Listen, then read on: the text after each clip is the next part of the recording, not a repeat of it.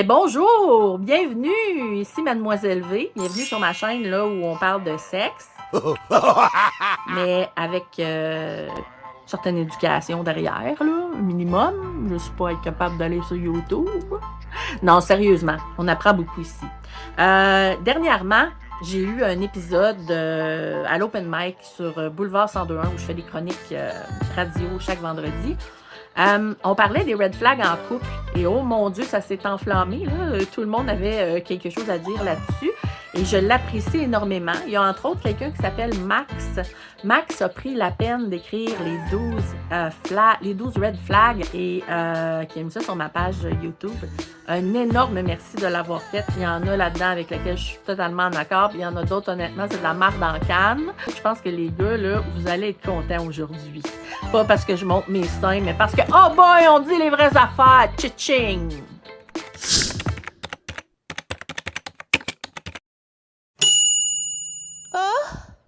Numéro 1, ça parle de finances. Hein? J'ai pas nécessairement envie de m'étendre là-dedans parce que je suis totalement pauvre. Non, j'ai pas envie de m'étendre là-dedans parce que récemment, j'ai fait une vidéo que vous pouvez consulter sur ma page YouTube qui s'appelle « Les 4 irritants du couple » en 2 séries. C'est un live radio où on parlait justement de l'argent. Si quelqu'un t'emprunte de l'argent et ne te le remet jamais, il faut communiquer, il faut en parler, ça sonne une cloche quelque part. C'est pas forcément un red flag envers une fille, mais envers un individu en général qui n'est pas capable de gérer un budget. Red flag numéro 2, hey, c'est vraiment pas parce que tu as eu du kilométrage sur la machine que tu vas pas continuer de driver sur l'autoroute de la vie. OK? Je pense que c'est plus une question d'âge ici, une interprétation d'âge, dans le sens où c'est sûr que si tu rencontres un gars que tu as 25 ans, puis que là, tu as une drive sexuelle de fou, puis que 16 ans plus tard, tu te retrouves avec un autre homme, puis là, tu es début trentaine, mettons. Bon, là, les maths ne marchent pas, là, mais je suis pas bonne là-dedans. Rendu dans la trentaine, tu n'auras pas la même drive que tu avais quand tu avais 25 ans, c'est sûr. Moi, je pense que c'est plus parce qu'elle évolue en tant que personne, en tant que femme.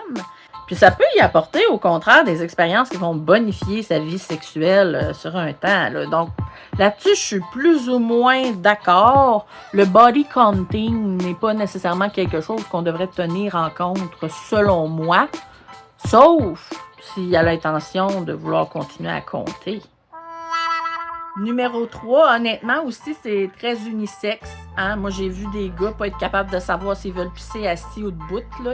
Fait que je dirais pas que c'est une question de filles, mais un red flag pour les deux, vraiment, en général. Numéro 4. Max, je te watch. Tu m'en veux personnellement ou quoi? Les mères monoparentales. Bon, je comprends que ça peut être un petit peu plus difficile à gérer. Ça représente comme 60% des mères d'aujourd'hui. Les mères célibataires d'aujourd'hui, pas mal sûr, moi, que la moitié et plus sont monoparentales. Papa, il est allé chercher loin le lait. Fait que par respect pour Max et pour toutes ces femmes monoparentales qui ont envie de lui arracher la tête, présentement, je vais passer au prochain. Numéro 5, oh, je ressens une petite insécurité, Maxime, ici. Je vais t'aider, ça va me faire plaisir.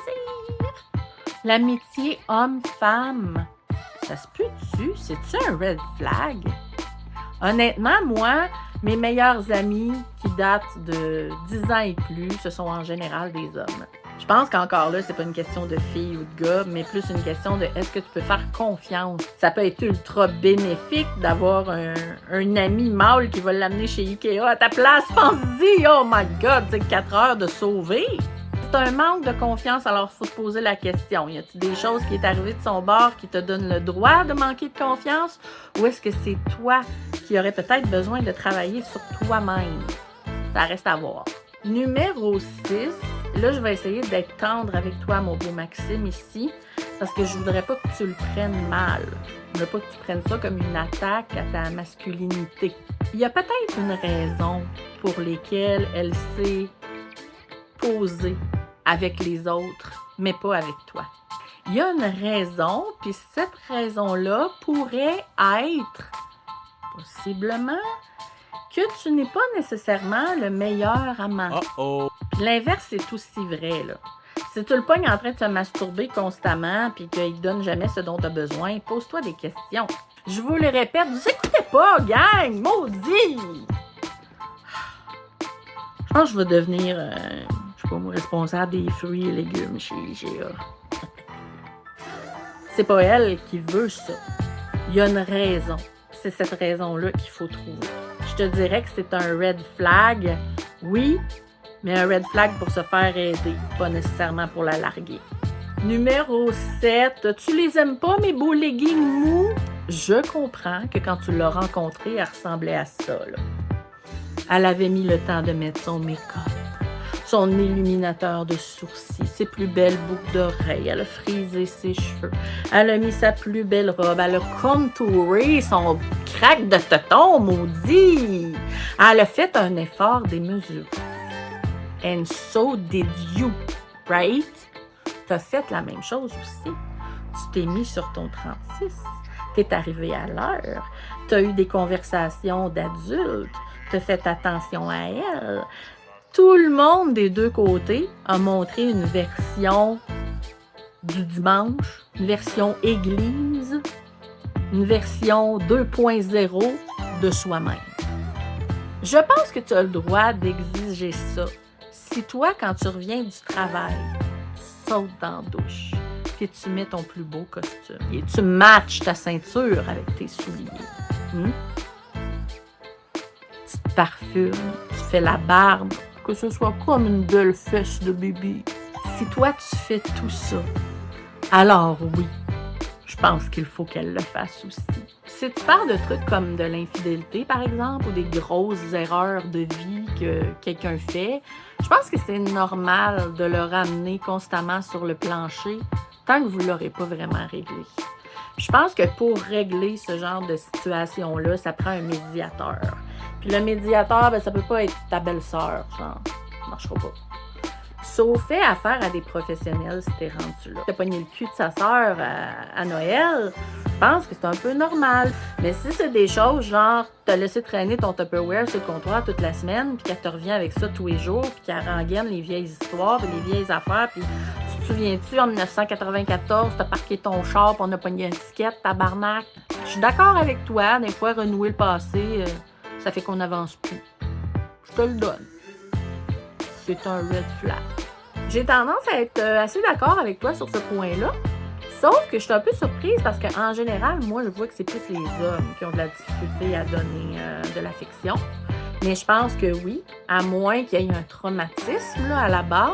Si elle t'aime, si elle a le goût de continuer, je pense qu'il y a un minimum d'intérêt physique et d'intimité que cette personne-là doit donner. Je suis pas certaine ici si on parle de trucs sexuels ou pas, encore là, parce que quand même, je suis conseillère en sexologie, mais ça spécifie pas. Donc, je suis pas certaine. Mais chose sûre, s'il vous plaît, mesdames, ne récompensez jamais votre homme ni votre animal avec la sexualité. OK? C'est important parce que c'est une forme de chantage émotif, en fait. Et messieurs, ne demandez jamais quelque chose de sexuel en retour. Genre, tu peux-tu m'aider à poser mes tailleurs sur mon char, mon chéri? Oui, mais je veux une fellation. On fait pas ça. Si au début, ça peut marcher puis c'est cute, à long terme, ça devient un gros Christy de red flag. Numéro 11, je suis pas certaine de comprendre non plus toutes les nuances. Ça va dans les deux sens. Je pense que ça prend quelqu'un qui matche ton énergie dans la vie. Tu sais, moi, j'ai l'énergie d'une table de chevet.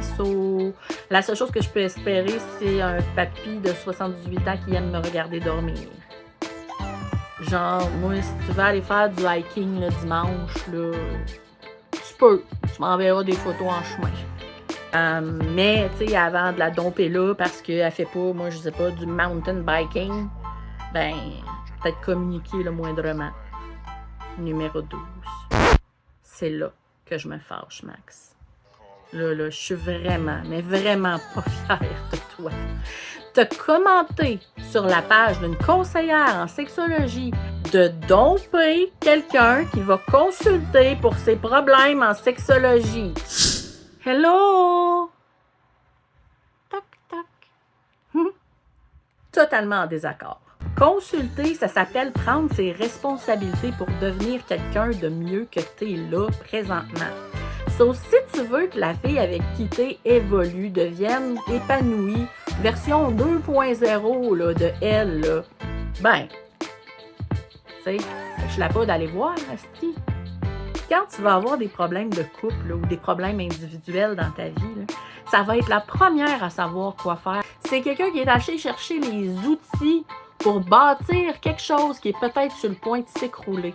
Fait que tu devrais y dire « Merci ma chérie, consulte autant que tu le désires ». Je considère ça comme un major green flag. Quelqu'un qui me dit qu'il voit un psy sur une base régulière, alléluia, si on peut sauter une coupe d'étapes. Let's go au sexe tout de suite. Et c'est pas non plus ce que moi je vois dans mes statistiques puis ce que je vois sur les fesses du monde assis dans mon bureau, là.